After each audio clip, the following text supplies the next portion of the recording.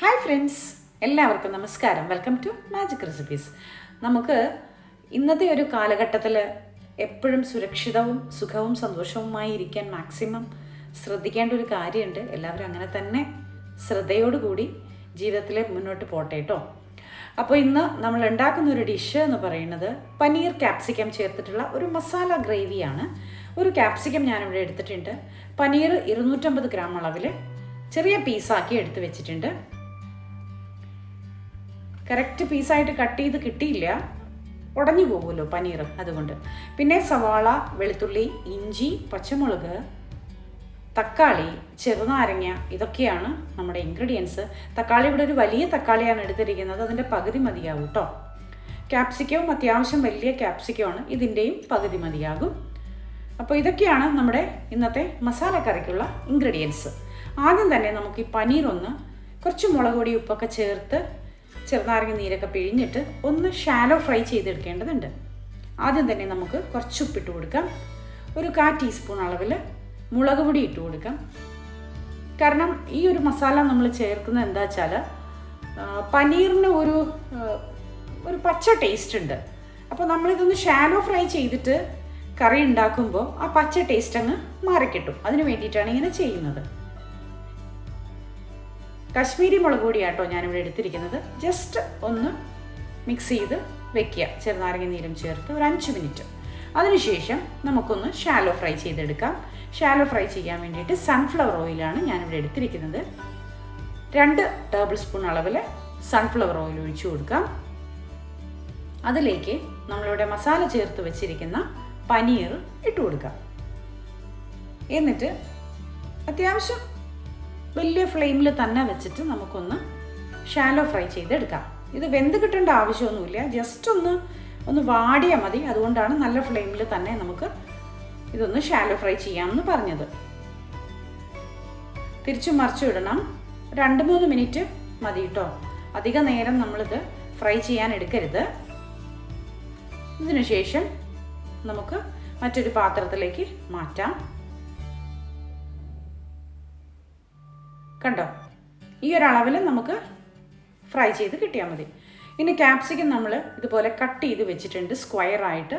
ക്യാപ്സിക്കവും സവാളയും നമുക്ക് ചെറുതായി ഒന്ന് ഷാലോ ഫ്രൈ ചെയ്ത് ഇതുപോലെ തന്നെ വാട്ടിയെടുക്കേണ്ടതുണ്ട്. ഒരുമിച്ചിട്ട് ചെയ്യേണ്ട. ആദ്യം നമുക്ക് ക്യാപ്സിക്കം ഒന്ന് വാട്ടിയെടുത്ത് മാറ്റി വയ്ക്കാം.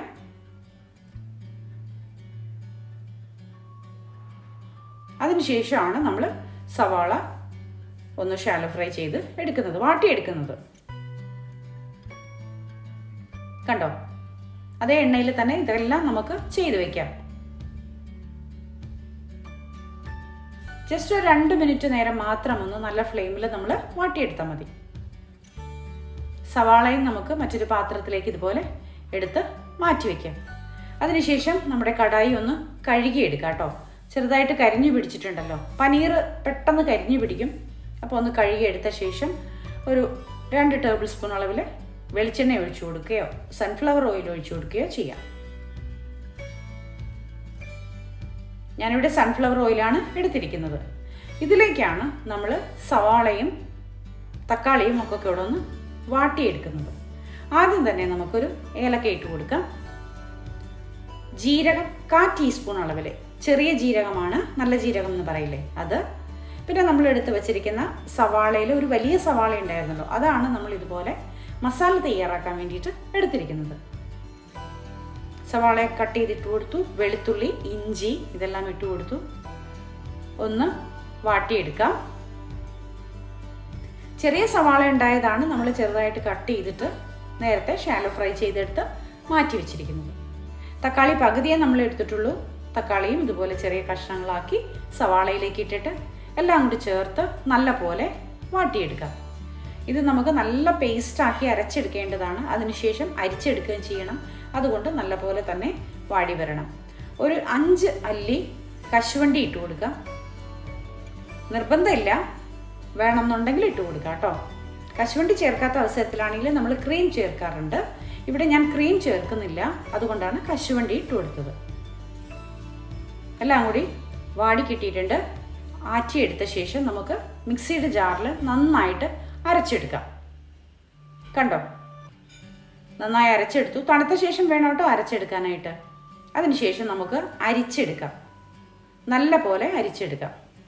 കുറച്ച് വെള്ളം ചേർത്തിട്ട് വേണം നമ്മളിത് അരച്ചെടുക്കാനേ, കാരണം ഇത് കുറച്ച് ഗ്രേവി ഉള്ള ഒരു മസാലക്കറിയാണ്. അപ്പോൾ അതുകൊണ്ട് തന്നെ കുറച്ച് ഗ്രേവി കൂടി നിൽക്കാൻ വേണ്ടിയിട്ട് നമ്മൾ കുറച്ച് വെള്ളം ചേർത്ത് വെച്ചിട്ട് കുഴപ്പമില്ല, നല്ലപോലെ അരിച്ചെടുക്കാം. കണ്ടോ, ഇതുപോലെ ഒരു സ്റ്റെയിനർ വെച്ചിട്ട് നമുക്ക് അരിച്ച് കഴിയുമ്പോൾ അതിൻ്റെ പിശറൊക്കെ ഇങ്ങനെ കിട്ടും. നമ്മൾ ഇട്ട് കൊടുത്ത കുറച്ച് മസാലകളൊക്കെ ഉണ്ടാവുമല്ലോ, തക്കാളിയുടെ തോലൊക്കെ ഇതിലിങ്ങനെ മിക്സ് ചെയ്ത് അരിഞ്ഞ് കിട്ടും നമുക്ക്. അപ്പോൾ അതെല്ലാം എടുത്ത് നമുക്ക് മാറ്റാം. നമുക്ക് പ്യൂറായിട്ടുള്ള അതിൻ്റെ പൾപ്പാണ് വേണ്ടത്. നമ്മൾ ആ വാട്ടിയെടുത്ത് അരച്ചെടുത്തതിൻ്റെ പൾപ്പാണ് നമുക്ക് വേണ്ടത്. അത് മാറ്റി വയ്ക്കാം. ഇനി നമുക്ക് കറി തയ്യാറാക്കാം. ഇതുപോലെ ഒരു കടായി എടുക്കുക. അതിനകത്തേക്ക് 2 ടേബിൾ സ്പൂൺ അളവിൽ സൺഫ്ലവർ ഓയിൽ ഒഴിച്ചു കൊടുക്കാം. ഞാനിത് മൊത്തം സൺഫ്ലവർ ഓയിലിൽ തന്നെയാണ് കേട്ടോ ചെയ്തത്. നിങ്ങൾക്ക് വെളിച്ചെണ്ണ വേണമെങ്കിൽ ഉപയോഗിക്കാം, കുഴപ്പമില്ല. ഒരു ബേ ലീഫ് ഇട്ട് കൊടുക്കാം. എണ്ണ ചൂടായ ശേഷം പട്ട 2ആയിട്ട് ഒടിച്ചിട്ട് ഒരു കഷ്ണം അതും ഇട്ട് കൊടുക്കാം. 3/4 ടീസ്പൂൺ അളവിൽ മുളക് പൊടി ഇട്ട് കൊടുക്കാം. കശ്മീരി മുളക് പൊടിയാണ് ഇട്ട് കൊടുത്തിരിക്കുന്നത്. മല്ലിപ്പൊടി 1 ടീസ്പൂൺ അളവിൽ, മഞ്ഞൾപ്പൊടി 1/4 ടീസ്പൂൺ അളവിൽ. തീ കുറച്ച് വെക്കണം. പൊടികൾ ചേർക്കുമ്പോൾ ജസ്റ്റ് ഒന്ന് മൂപ്പിച്ച ശേഷം നമ്മൾ ഇവിടെ നേരത്തെ അരിച്ച് വെച്ചിരിക്കുന്ന നമ്മുടെ സവാളയുടെയൊക്കെ ആ ഒരു പൾപ്പ് ഉണ്ടല്ലോ, അത് ഇതിലേക്ക് ചേർത്ത് കൊടുക്കുക. ഒരിക്കലും മസാലപ്പൊടികൾ കരിഞ്ഞു പോവാതെ വേണം ഈ ഒരു പൾപ്പ് ചേർത്ത് കൊടുക്കാൻ കേട്ടോ. അതിനുശേഷം നല്ല പോലെ തിളപ്പിച്ചെടുക്കാം. വെള്ളം വേണമെന്നുണ്ടെങ്കിൽ കുറച്ചുകൂടെ ഒഴിച്ചു കൊടുക്കാം, കാരണം കശുവണ്ടി ചേർത്തിരിക്കുന്നത് കൊണ്ട് ഇതൊന്ന് തിളച്ച് വരുമ്പോൾ ഒന്ന് കുറുകി വരാനായിട്ട് ചാൻസ് ഉണ്ട്. അപ്പോൾ നമുക്ക് കുറച്ച് ഗ്രേവി വേണം ഈ കറിക്ക് എന്നുള്ളത് കൊണ്ട് തന്നെ കുറച്ച് വെള്ളം ഒഴിച്ചു കൊടുക്കാം. ഒരു 1/4 കപ്പ് അളവിൽ വെള്ളം ഒഴിച്ചു കൊടുത്ത ശേഷം നല്ല ഫ്ലെയിമിൽ വെച്ച് തന്നെ നന്നായി തിളപ്പിക്കാം. ഉപ്പ് വേണമെന്നുണ്ടെങ്കിൽ ഇട്ട് കൊടുക്കാം. നേരത്തെ നമ്മൾ ഉപ്പ് 2 വട്ടം ഇട്ട് കൊടുത്തിട്ടുണ്ട്. നമ്മൾ പനീർ റോസ്റ്റ് ചെയ്യുന്ന ഷാലോ ഫ്രൈ ചെയ്യുന്ന നേരത്തും ഇട്ട് കൊടുത്തു, പിന്നെ സവാള വഴറ്റിയപ്പോഴും ഇട്ട് കൊടുത്തു. അപ്പോൾ അതുകൊണ്ട് ഉപ്പ് ടേസ്റ്റ് ചെയ്ത് നോക്കിയ ശേഷം അളവ് നോക്കി ഇട്ട് കൊടുത്താൽ മതി. 2 പച്ചമുളക് നെടുകെ മുറിച്ചിട്ട് ഇട്ട് കൊടുക്കാം. ഗരം മസാലപ്പൊടി 3/4 ടീസ്പൂൺ അളവിൽ ഇട്ട് കൊടുക്കാം. കസൂരി മേത്തി 1 പിടി ഇതുപോലെ ഒന്ന് പൊടിച്ചിട്ട് ഇട്ട് കൊടുക്കാം. അതിനുശേഷം നമ്മളിവിടെ വാട്ടി വെച്ചിരിക്കുന്ന ക്യാപ്സിക്കം ഇട്ട് കൊടുക്കാം. സവാള ചേർത്ത് കൊടുക്കാം. അതിൻ്റെ പിന്നാലെ തന്നെ നമ്മൾ ഷാലോ ഫ്രൈ ചെയ്ത് വെച്ചിരിക്കുന്ന നമ്മുടെ പനീർ അതും ചേർത്ത് കൊടുക്കാം. നല്ല പോലെ 1 മിനിറ്റ് ഒന്ന് തിളപ്പിക്കാം. നമ്മുടെ ഈ മസാല ചാറുണ്ടല്ലോ, അത് ഒന്ന് നമ്മുടെ ക്യാപ്സിക്കത്തിലേക്കും പനീറിലേക്കൊക്കെ ഒന്ന് ചേർന്ന് പിടിക്കട്ടെ. നല്ല പോലെ ഒന്ന് തിളപ്പിച്ച് എടുക്കാം. 1 മിനിറ്റ് നേരം തിളപ്പിച്ച ശേഷം നമുക്ക് അടുപ്പ് ഓഫ് ചെയ്തേക്കാം. കണ്ടോ, ഈ ഒരു തിക്ക് ഗ്രേവിയിലാണ് നമുക്കിത് കിട്ടുന്നത്.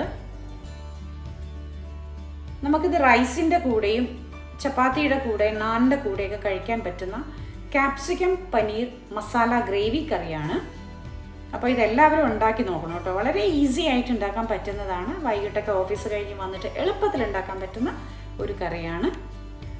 അപ്പോൾ എല്ലാവർക്കും ഇഷ്ടപ്പെട്ടു എന്ന് വിശ്വസിക്കുന്നു. ഇഷ്ടപ്പെട്ടാൽ ലൈക്കും ഷെയറും കമൻറ്റും തരാൻ മറക്കരുത്. സബ്സ്ക്രൈബ് ചെയ്യാത്തവർ ഒന്ന് സബ്സ്ക്രൈബ് ചെയ്തേക്കണം കേട്ടോ. അപ്പോൾ എല്ലാവരും സേഫായിട്ടിരിക്കുക, സുഖമായിട്ടിരിക്കുക. Thank you very much.